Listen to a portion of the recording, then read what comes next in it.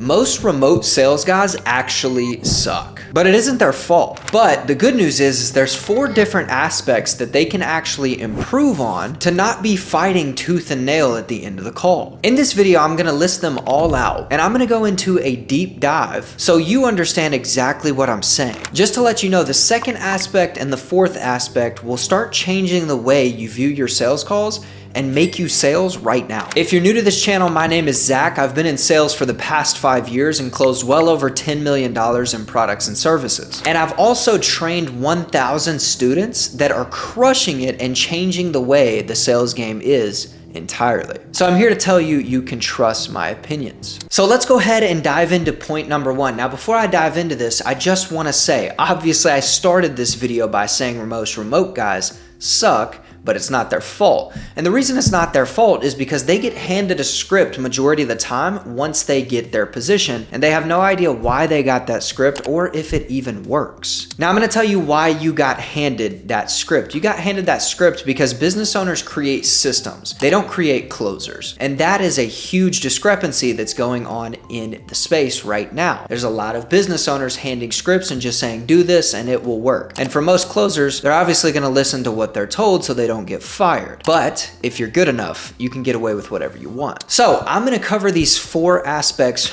right now. Number 1, set the tone for the call. Too many people start their call off with, can you hear me? Can you help me pronounce your name? What is your name? Especially on Zoom. Or they start with, how's the weather? Where are you from? And that is just ridiculous. And also there's a lot of scripts that business owners hand down that tell you to say that. That's outrageous. That's more than likely why 99% of people aren't taking you serious, first. And second, one of the most important things is you don't sound professional at all. So instead of starting off with all that crap, set the tone for the call immediately. And what you should be saying instead is, thank you so much for attending this call. I'm super excited to have you here. And this is what's gonna happen on the call, XYZ. Does that sound good to you? That's it. Whatever you're trying to establish for the call, whether it's a line of questioning or it is, hey, I'm gonna show you this and that and blah, blah, blah, set the tone for the call, okay? Don't just go in saying, how's the weather? What's going on? How do you pronounce your name? Because you're not setting a good tone, first and foremost, and it also shows that you're not that professional. So that actually leads me into the second point, which is build professional rapport. Not a bunch of BS. Most salespeople, especially in the remote space, when they think of rapport, they think, how's the weather going? Do you fish? Do you go out and do sports? What do you do for fun, right? And you start talking about that. And that's taking the entire way completely separate of the call. It's not directed. It's not actually showing that not only are you professional, but you have a direction in this call and you have control.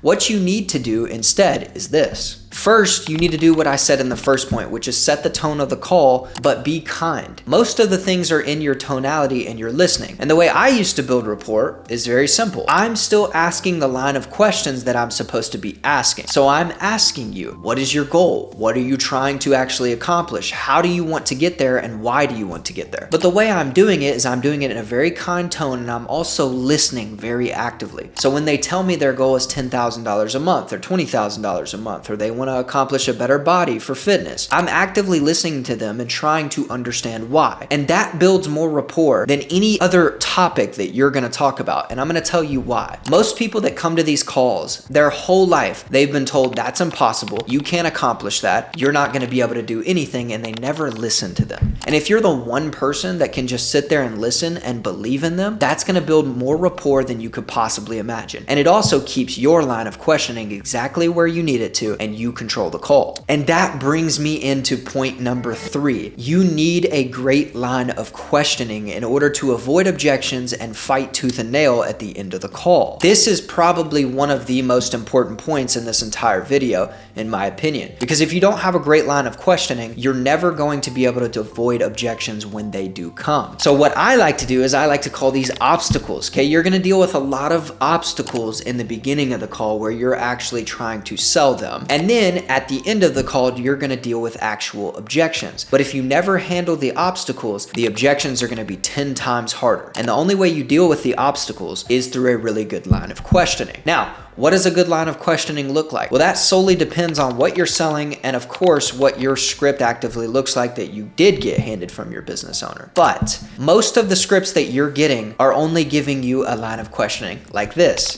What is your goal? When do you want to accomplish it? Do you have a business partner or a spouse that you need to speak to about it? The problem with these questions is they're very basic, and most remote sales guys, like it or not, they will ask those questions and then they will move on to the next question to make sure they have everything down, and then they present. And that is a big issue. You don't need to just ask, what is your goal? Because most of the time people are going to answer you with the same goal. I want freedom. That's basically it, especially in a financial aspect. In a health aspect, they're going to say, well, I want to get healthier. Well, no crap. Everybody does. But you're asking a stupid question, so you're going to get a stupid answer. What you need to do instead is not just ask that baseline question, but expand on it for a good period of time. And you need to highlight the questions that are super important to get answered, and those are the questions you need to expand on. For example, why does someone want to live a healthier life? Where did that come from? Those are good questions. Another aspect is, why are they choosing to do it now? Why can we dive into this? What is moving in their brain right now? You have to be able to understand your prospect, and again, that's going to build a lot of rapport, but it's also going to help you overcome those obstacles so you get less objections later. And then the final point, this is again probably one of the most important points, but you have to do the first three first. The last point is a tailored presentation. There's too many remote sales guys and sales guys in general that when they present the offer, they have a basic offer sheet and they just go through it. Or they have a little slideshow and they just go through it. And the problem with that is super basic and you're doing it to every single person. And what you're not taking into account is every single person is different in the way they want it, how they want it, and when they want it. And if you cannot tailor your presentation to exactly reflect that, they don't really feel that special, number one, and your offer doesn't feel special either.